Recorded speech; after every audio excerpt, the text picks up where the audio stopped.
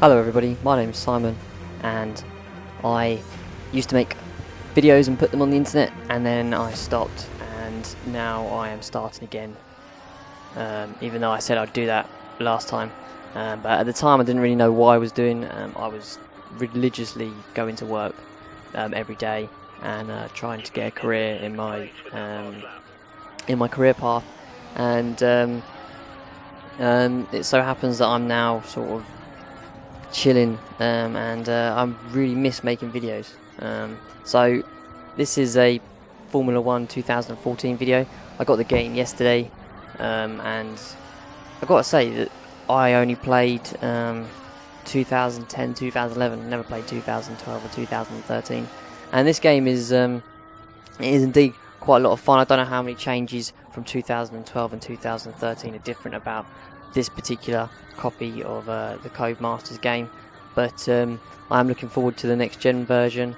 Here it's coming out sort of around beginning of summer, beginning of the sort of new season of F1 next year, so that'll be something that everyone will probably be looking forward to.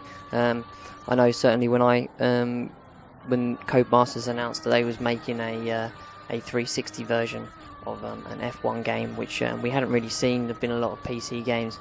I was very happy about it, so I'm happy that they're making a next gen version as well.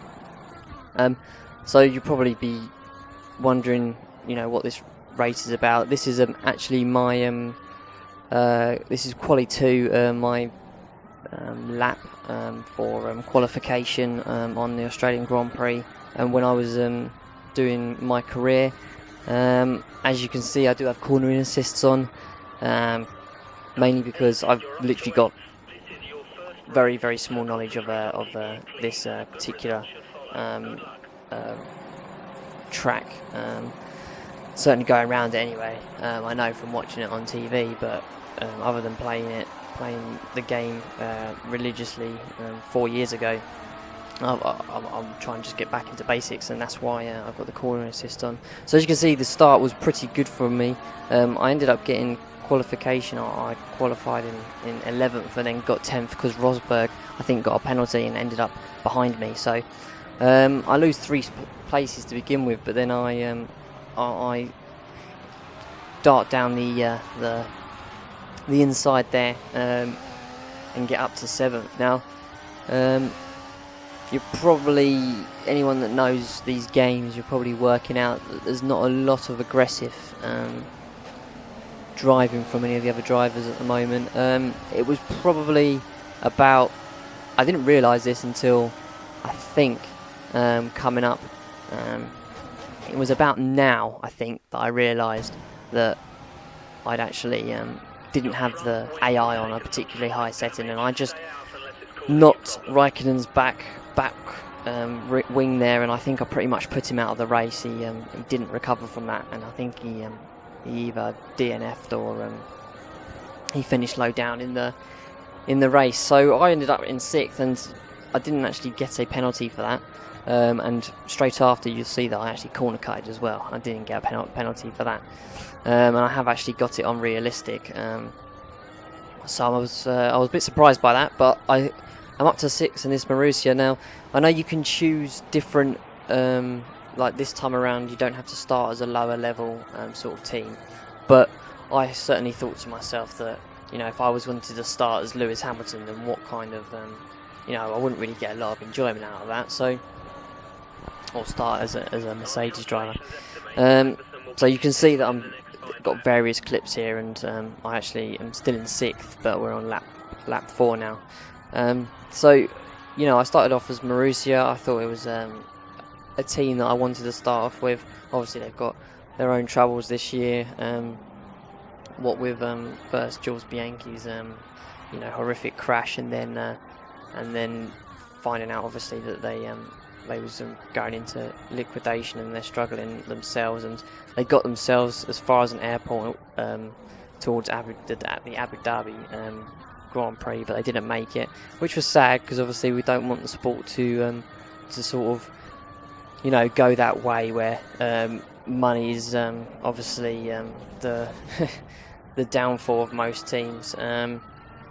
we've seen it before, but hopefully that, you know, they'll be a bit more smart about keeping these teams, because these teams are important in F1. They certainly sort of help the sport very much. And you'll see here that I'm actually on lap 4 and Magnussen goes past me. You can see that my driving skills aren't particularly good, which is no surprise to anyone. So what was the other thing I was going to say? Yeah, so I've got, obviously, I've noticed on my YouTube channel that I've still got my subscribers from when I first started this. So if this video is popping up on your YouTube homepage and you're thinking to yourself, what the hell? You know, I've got no problem if you're thinking, you know, 4 years is a long time. So, or certainly 2-3 years is a long time. So if you didn't realise that you were still subscribed to me, and you want to unsubscribe because it's not the kind of videos that you like anymore, then that's absolutely fine. Not, you know, I don't have a problem with this. And you'll see here this Alonso coming out of the pit, and I'm trying to just race the racing line there, and he decides that well, we nearly crashed, but we didn't. But it was quite a bit of a worry there for me, because I thought that could potentially have just put me out of the race. So you'll see I'm in third now with Alonso. So I've actually got I actually started on the primes, not the options, and I thought I'd race to about lap 11 until I'd pit, which was a stupid strategy in the end, because you see I get up to third here, but it's about now that my tyres, I just couldn't find. I stopped racing the racing line, and I couldn't find anything. I think I was panicking a bit by the position that I was in, and with the drivers behind me. So we are on lap 8, and you'll see in a minute that I'm sort of all over the place, which you can probably make up your own minds about that. But as Alonso goes past me, and I think I just nudge him here. Yeah, see. Sort of make him skid almost. So if you are a subscriber that you've sort of realised to yourself, oh, this isn't the kind of thing that I want, or you know, just unsubscribe. I've not got a problem with that. I completely understand that. And if, you know, people aren't too happy about, you know, the way I said 2 years ago that I was thinking, didn't know what to do with my channel, was going to try and make videos, and I didn't. You know, I'm certainly hoping to keep that sort of promise this time round, rather than the sort of amateurish behaviour that I had before. So I pit on lap 11, having previously done, I think, a 1:39 on the best I could do on the primes. So I pit on, you know, obviously lap 11, and you'll see that I go all the way down to 15th. And to be honest with you, I think I had the right strategy with tyres. I just don't think I had the right strategy with the laps that I put them on. I should have perhaps put the options on around sort of lap 7, lap 8, rather than lap 11, lap 12.